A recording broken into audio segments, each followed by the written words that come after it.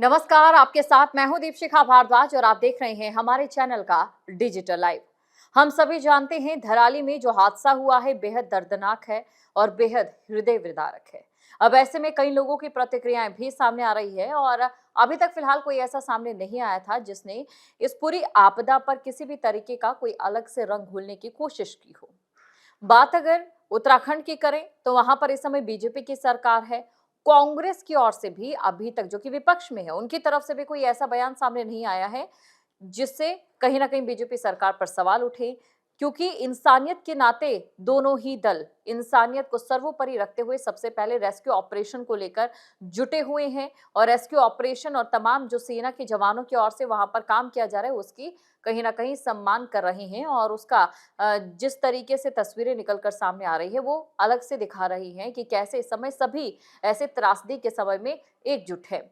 लेकिन इसी बीच एसटी हसन का जो कि सपा नेता है उनका एक ऐसा बयान सामने आ जाता है जिसने इस समय चर्चा के माहौल को गर्म कर दिया है। और इस समय ये बताने के लिए ये बयान काफी है कि कैसे हमारे देश में चाहे कुछ भी हो जाए लेकिन बिना धार्मिक या फिर बिना कोई जातिवादी रंग घुले नहीं रह सकता है। ये तो हम सभी जानते हैं कि धराली में जो आपदा हुई है उस आपदा को लेकर सभी चिंता में है। उस आपदा को लेकर सभी लोग ये कामना कर रहे हैं कि जो लोग हताहत हुए हैं उनकी संख्या कम से कम हो। लेकिन सच्चाई कुछ और है जो हम देख सकते हैं क्योंकि धराली का जो पूरा मार्केट है वो पूरी तरह से तबाह हो गया है। इसी बीच सपा नेता है एसटी हसन, उनका जो बयान सामने आता है वो अपने आप में हैरान कर देने वाला है। उनका बयान ये है कि प्रकृति के साथ जो छेड़छाड़ होती है, प्रकृति के साथ जो खिलवाड़ होती है, उसी की वजह से इस तरीके की जो आपदाएं वो आ रही है। यहाँ तक तो सब सही था, लॉजिकल लग रहा था।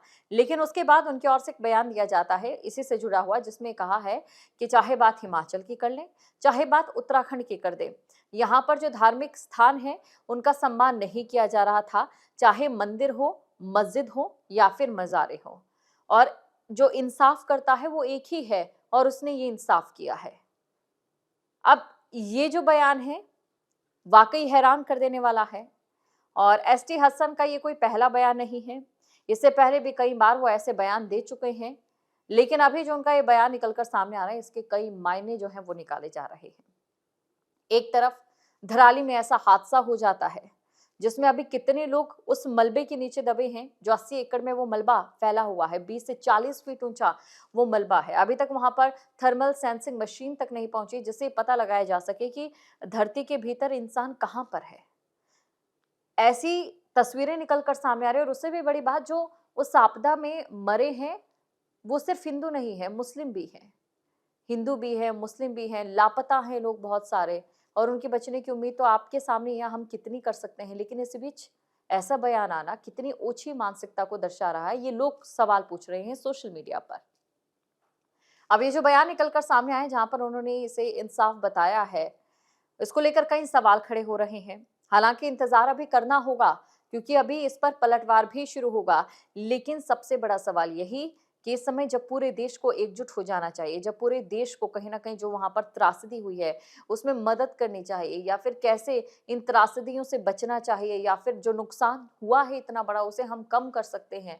ये तमाम ऐसी चीजें हैं जिसे लेकर कई पहलुओं पर सोचने की जरूरत है। जो जांच रिपोर्ट सामने आती है उन्हें बंद करके रखने की जरूरत नहीं, उनको सामने आने की जरूरत है ताकि हम भविष्य में सुधार कर सके।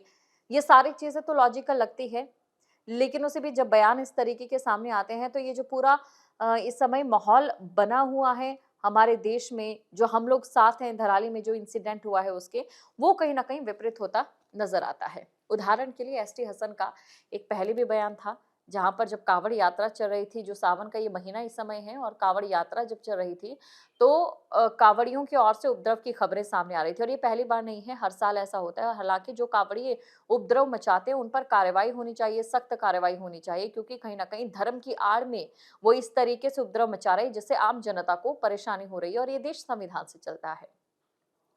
तो ऐसे में ये हम सभी जानते हैं जो अपराधी है वो अपराधी होता है, उसका कोई धर्म नहीं होता, चाहे वो हिंदू हो या मुस्लिम हो, अपराधी ही कहलाता है।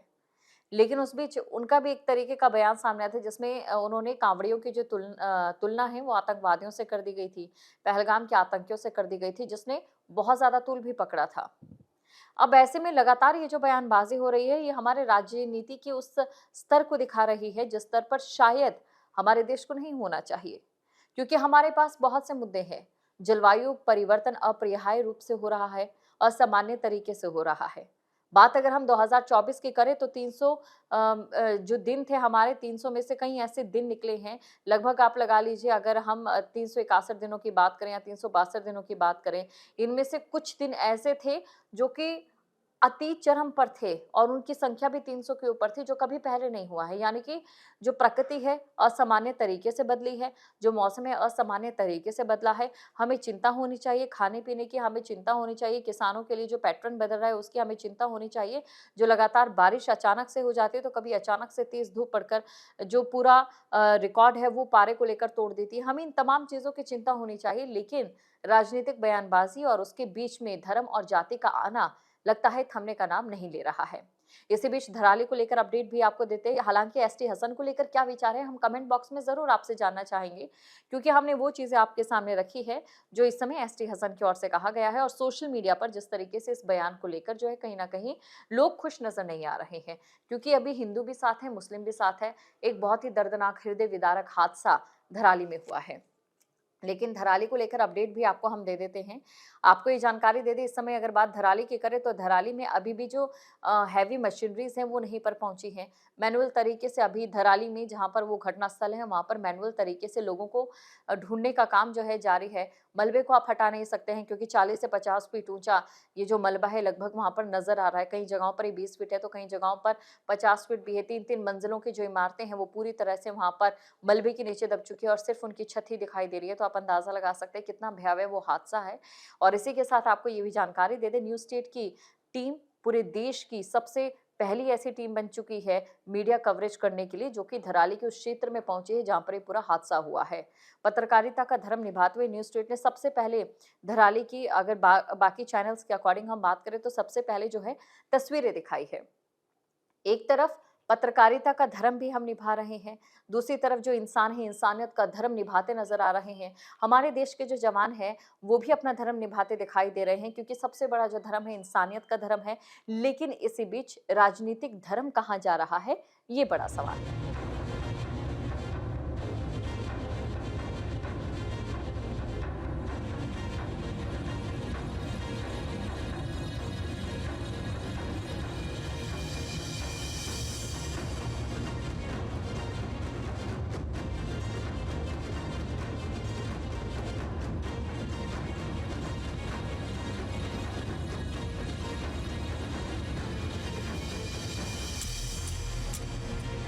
जहाँ भक्ति है हर शब्द में, कथाओं में छुपे हैं दिव्य रहस्य और ज्योतिष देता है जीवन को दिशा। धर्म से जुड़ी हर बातों को जानने के लिए हमारे चैनल स्तुति को सब्सक्राइब करें।